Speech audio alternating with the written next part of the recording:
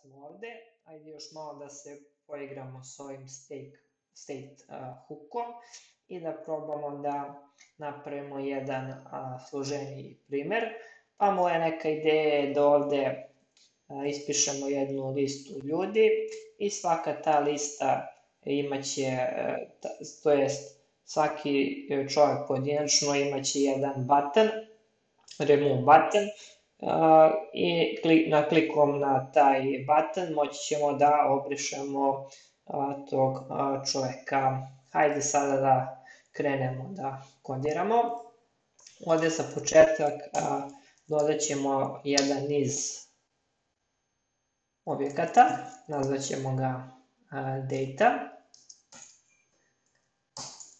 I ajde da napravimo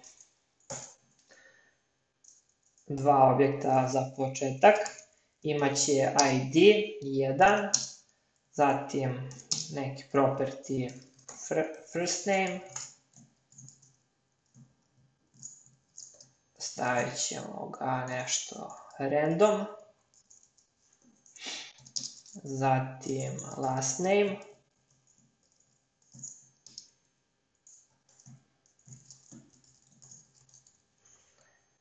i ajde ovo da iskopiramo. Možemo da dodamo još par komada. Promenimo ID, ovde smo zaboravili zarez. Ovako malo da formatiramo, lepše da izgleda. Promenimo imena.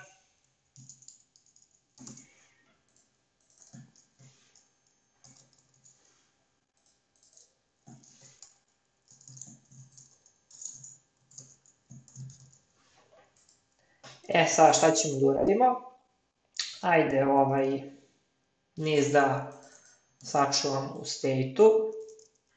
Zatim promenimo ime varijable, nek bude person. I ovde promenimo ime setera, neće biti više set title, nego sada set person. Ovo možemo da obrišemo, opušteno, više nam ne treba. I ajde da obrišemo, u stvari ovo i ne moramo za sada, možemo ovako da obrišemo, preimenujemo, ovo će biti remove i ovde ćemo dobiti grešku. Za sada nemamo ovaj title. Ajde njega da obrišemo.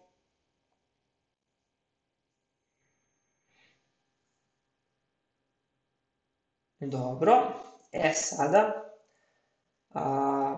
pošto imamo ovde niz, ajde da probamo da iteriramo kroz taj niz. Ovde ćemo dodati ovako nešto. Zatim koristimo ovaj person varijablu koja se čita iz state-a, to je znači praktično ovaj ovde niz. Koristimo map funkciju pošto je to niz. Zatim arrow function. Ovako nešto. I ovo ovde možemo sada da prebacimo u okviru ovog niza. Dobro. Treba nam jedan, kažemo, parent div.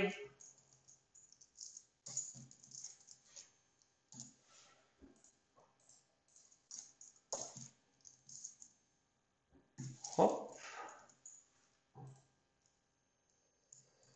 Snimimo, dalje imamo grešku, ajde probamo ovde jedan return stavimo.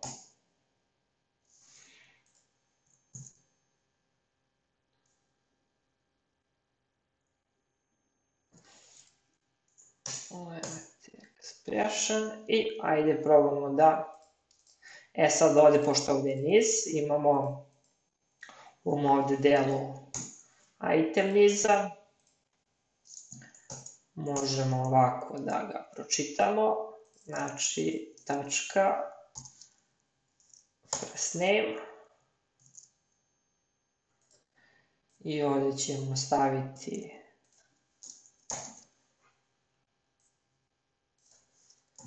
last name. Aha, ovdje nam se buni zato što je ova on-click ovaj event prazan. Možemo da probamo da komentarišemo, da li smo nešto dobili. I evo, dobili smo sada first name, last name. Možemo i nešto u stvari ovako da stavimo da bi bilo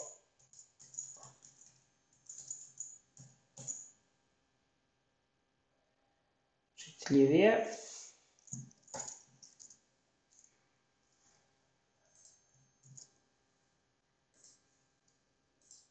Napravimo mali razmak. Sada ostaje nam još ovdje da dodamo ovaj button koji smo malo pre obrisali. Ajde da ga iskucamo iz početka.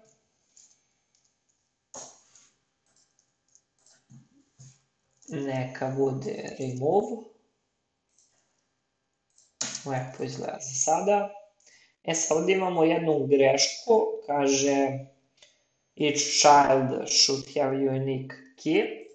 To je vezano za ovaj ovdje div, znači svaki div mora da ima neki, da kažemo, unique identifier i ovdje probat ćemo da stavimo key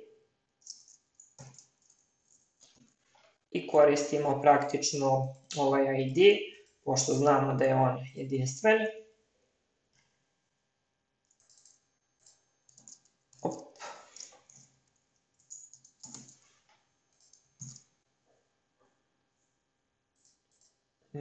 Mislim da smo rešili ovu grešku.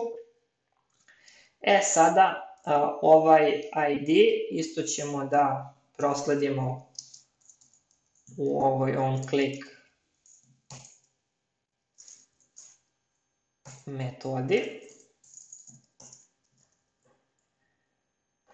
Hajde nju da napravimo prvo, da je nazovemo remove person. Znači isto nam treba arrow function. I sada možemo napravimo jednu novu varijablu. Nazvat ćemo new data. I što ona treba da radi? Praktično treba da uzme ovaj niz koji već imamo. I možemo da koristimo ovu filter funkciju. U okviru nje nam opet treba još jedna arrow function. I šta ćemo sada da kažemo?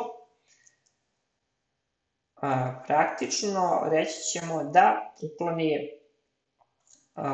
iz niza član koji nije jednak ID-u koji prosleđujemo, a to ćemo da uradimo iz ovog ovdje dela. Znači reći ćemo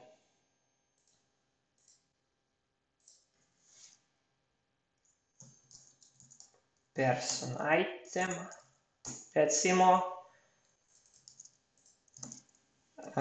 nije jednak ID-u. Sad treba da ovaj ID dobijemo iz ove funkcije koju ćemo da pozovemo ovde. Sad da se ona ne bi pozivala odmah, moramo ako nešto da napišemo. Da, remove person i prosleđujemo ovaj ID.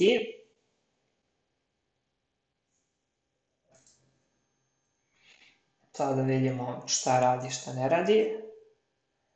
Sad deluje da radi. Za sada, da vidimo šta će se desiti ako kliknemo.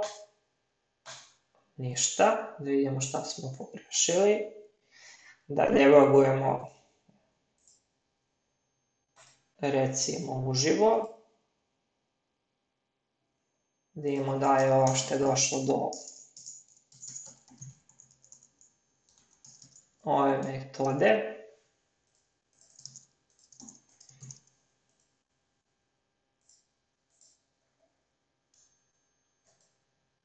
Dva jeste. Da, zaboravili smo,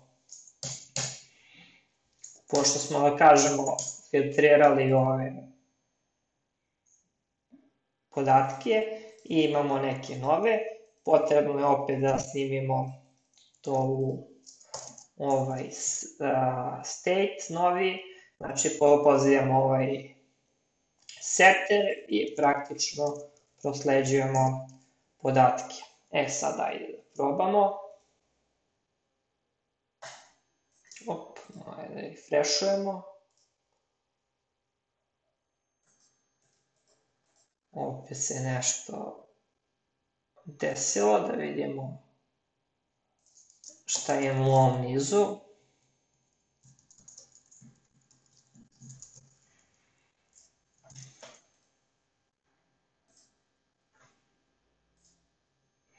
Znači ništa nismo izbacili, da vidimo šta je problem. Znači očigledno je problem u ovom ovde delu.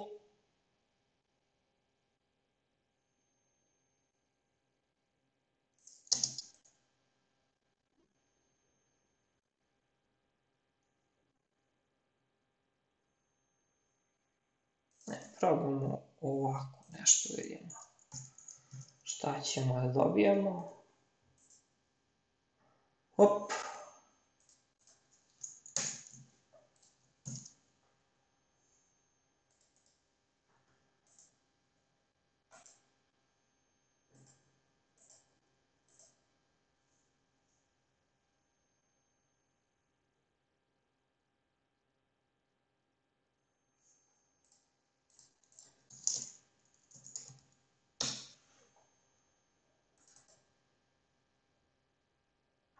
Da, evo je greška, glupa stvarno greška. Onda smo zaboravili da stavimo ID.